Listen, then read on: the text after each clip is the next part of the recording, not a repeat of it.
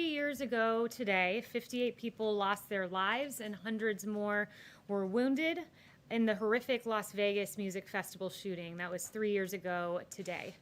On behalf of the President and his administration, our hearts continue to break for the victims and their families. They are in our prayers today. Fulfilling his Article 2, Section 2 obligation and following well-established precedent, President Trump nominated an eminently qualified candidate for the Supreme Court, Judge Amy Coney Barrett. Judge Barrett is extremely well qualified. She graduated summa cum laude from Notre Dame Law School, where she received the Hoynes Prize for achieving the best record in scholarship, and she also is a Rhodes Scholar.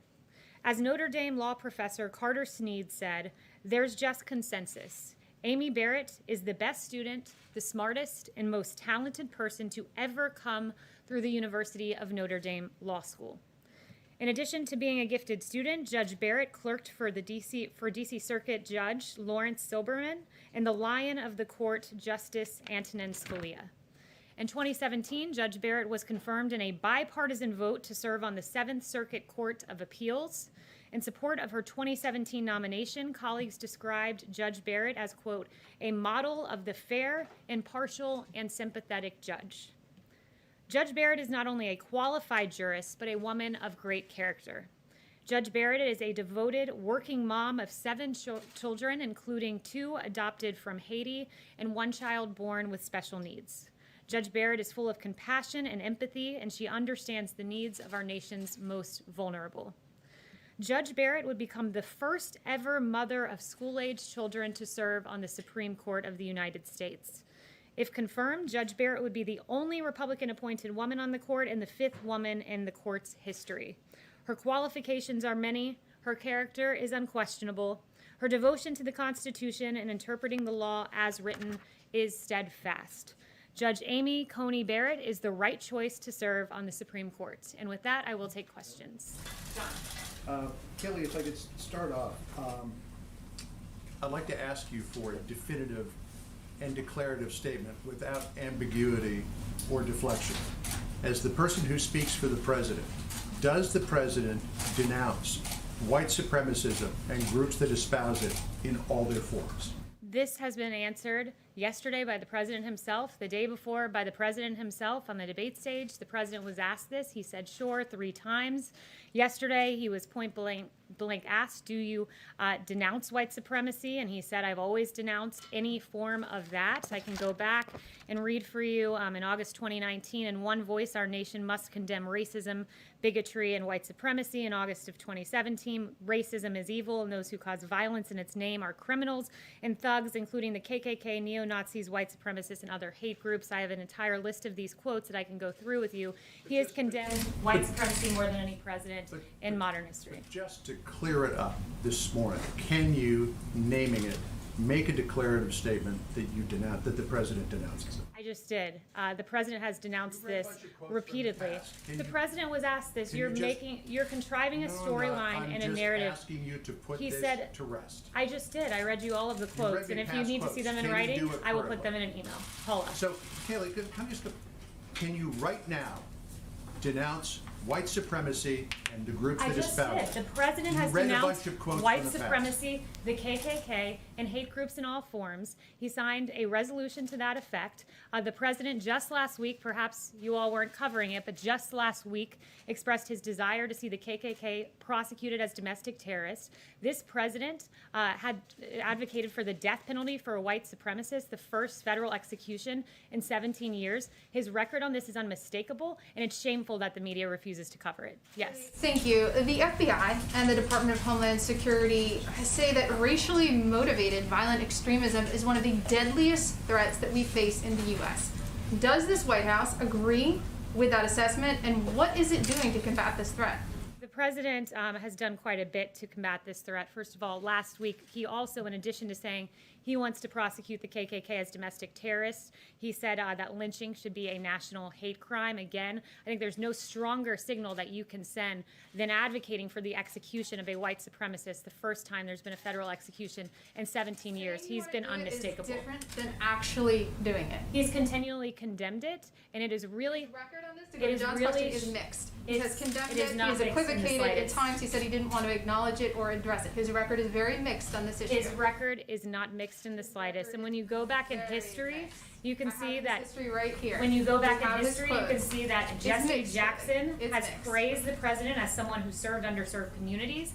This president with Mar-a-Lago, it was the first Palm Beach club open to African Americans and Jews. And in fact, But his record he is was- mixed. He has he was not been praised. consistent on the issue He of has white been supremacy. So I'm asking you, entirely what has this consistent. White House And it done is quite to shameful. combat It is what the quite FBI shameful. says is Let one me of the speak, Paula. deadliest threats Paula, in this country? we're not having a debate on a cable news network. Right now, you need to saying let that he me finish. condemns it. I have his record right here. It's You need mixed. to let me finish. His record It's is mixed. quite funny that the media goes haywire about interrupting in debates and then chooses to pursue that very same tactic themselves. This is a White House briefing. You ask a question and you give me time to answer. Yes. Kayleigh, the president said at the debate that Roe versus Wade was not on the ballot and that Judge Amy Coney Barrett's view was not known. She signed a newspaper ad in 2006 which called for, quote, an end to the barbaric legacy of Roe versus Wade. And the president has explicitly promised to support judges that overturn Roe. Was he downplaying her views on Tuesday night? And what do you say to the American public about whether Roe is on the ballot? The president has been clear that he would never ask a judge to prejudge a case. Judge Amy Coney Barrett has, on multiple occasions, said it is never appropriate for a judge to impose that judge's personal convictions, whether they derive from faith or anywhere else on the law. She said that she continues to stand and vehemently believe the core proposition that if there is ever a conflict between a judge's personal conviction and that judge's duty under the rule of law, it is never, ever permissible for that judge to follow their personal convictions in the decision of a case rather than what the law requires. President expect her to overturn Roe. He has said he would only appoint judges The that overturn Roe. president would never ask a judge to prejudge a case. And what I would also say is we fully expect that the Ginsburg rule be followed throughout the course of these proceedings. It was then Senator Joe Biden who set the Ginsburg rule in saying that there are no questions on how Ginsburg will decide any specific cases that may come before her. And Justice Ruth Bader Ginsburg indeed applied that rule throughout the course of her hearing on the First Amendment religion Say that clause her and various views are other not issues. known if they are Yes. very clear. Will the president commit to participating in the next debate before the commission changes the rules? First, with regard to the commission rule changes, the president made clear his view on that yesterday, that he thinks the only way there's a fair debate is change in the moderator and a change in the Democrat nominee. He wants to debate. He plans on being at the debate, but he wants the rules to be fair and wants a fair exchange and doesn't want rules that cover for a certain candidate's inability to perform well. Yes, thank you, Kayleigh. Can you explain why it's appropriate for the president to be holding rallies this weekend in two areas that this White House has declared to be red zones in Wisconsin? Yeah, so the president believes that people have a First Amendment right to political speech. He is having a rally. People can choose whether or not to come. But the governor has begged the White House to please not continue having events like this. Your own coronavirus task force says this is an area that people need to be really careful in, double down on social distancing. So why is it right for the president to be coming in there and holding another rally Well, or two rallies? we employ measures to protect rally goers. We encourage We've all mask covered these wearing, rallies. hand These people are sanitizing. shoved together. There are thousands of people standing close to each Did other, you watch not the wearing Democrat masks. nominees rally yesterday? There was no social distancing there, so I assume you guys expressed the same line of questioning to the Democrats. But what I would say is this, is there really seems to be two standards of health in this country, one for Trump supporters and one for everyone else. You had 1,300 health experts literally sign a letter that said, we do not condemn these gatherings, speaking of the protests that we all saw play out, we do not condemn these gatherings as risky for COVID-19 transmission. We support them as vital to the national public health. So it's vital if you're protesting, but somehow political speech is no longer vital when it comes to a Trump supporter. Caitlin. So the Proud Boys, or people who consider them to be members of this group, give voice to these misogynistic, Islamophobic, anti-Semitic, anti-immigrant views. They're a despicable group by pretty much anyone's standards. So when the president was asked about them, and you say he denounced them, that's what you're insisting that he did on the debate stage the other night, If that's the case, then why are they celebrating what the president said on the debate stage in front of millions of people? Well, I don't speak for that group, so I'm not sure why you're asking me why they're saying a certain If thing. someone denounced you, you probably wouldn't put it on a t-shirt and make badges of it, right? The president did denounce them. He was asked, will you tell them to stand down? He said, sure, went on to By, stand. which seems like an He instruction. said stand back, and then just yesterday when he was asked, he said specifically stand down, a synonym with stand back, and the president said sure when asked by the moderator whether they should stand down. So No, he again, said- it's really interesting too to see that the media seems to be the only one putting the names of these groups into headlines, into media reporting.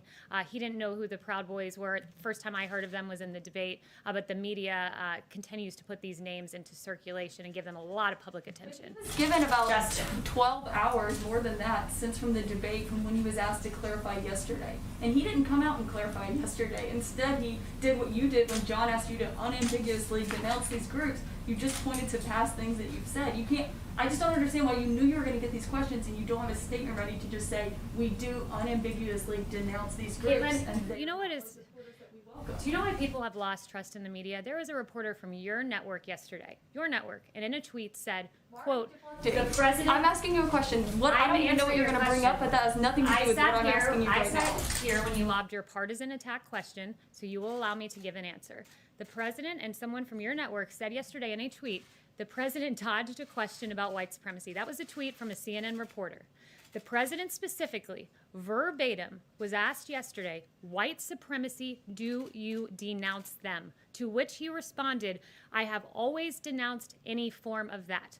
Those are the facts. And CNN, I know that truth is of no moment to your network, but those are the facts. And That's why are shameful of your Republicans Justin. are calling on the Thanks, president Kayleigh. to be more forceful. His Justin. own party. Thanks, Kayleigh. I had a question about unemployment, but I first wanted to clean up something from your opening. You said Judge Barrett was a Rhodes Scholar. I'm not sure that that's true. That's what I have written She here. attended Rhodes College. She was not a Attended Rhodes College, so So my bad. very different thing. Yes. All right. Anyway, within the last week, around 50,000 workers, Disney, United, American Airlines have all lost their jobs. There's negotiations going up on Capitol Hill, but there seems to be a division between Treasury Secretary Mnuchin, who has expressed some willingness and ability to work with Speaker Pelosi, and Chief of Staff Meadows, who is widely reported to be against sort of moving forward with this deal, was up on the Hill speaking with Senator McConnell yesterday, but not involved in the actual talks.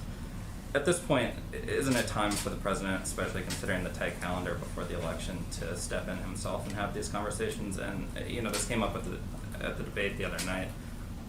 If not now, when for the president to get involved? Yeah, so, first I would say Nancy Pelosi is not being serious. If she becomes serious, then we can have a discussion here, but Lowered her offer by trillions of dollars. we've raised our offer, but when you lower your offer $2.2 trillion and you ask for direct payments to illegal immigrants and you ask for certain deportation forgivenesses in your offer, it's not a serious offer. What we are talking about here is relief for the American people, for American citizens, not direct payments to illegal immigrants. We raised our offer to $1.6 trillion. Among that was $250 billion for state and local. The $250 billion for state and local is the estimated loss because of COVID. And also there's $150 billion for schools, $50 billion above what Nancy Pelosi asked for. It is a good proposal, but it's one that she is not interested in. And you have one more question? I was just going to follow up whenever you're. Yeah, no, go ahead.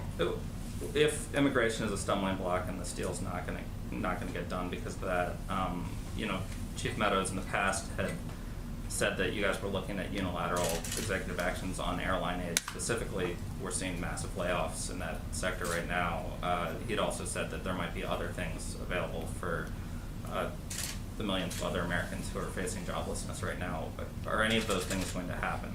Yeah, it's a great question, and it's very sad to see what's happening in the airline industry. I met a few of the airline workers on a flight who would lose their job, and their job loss, 19,000 people facing layoffs, is because of Nancy Pelosi. The White House right now, you talk about unilateral action. We are willing to look at a plan, legislation that is just clean legislation to protect those airline workers. Nancy Pelosi, rather than playing election partisan politics, should come to the negotiating table. Let's consolidate around things we agree on. And I think something we can agree on is 19,000 workers should not lose their job in the airline. So it's incumbent upon Nancy Pelosi to engage with Secretary Mnuchin and the Chief of Staff on making that a reality. Yes. Thank you, Kayleigh.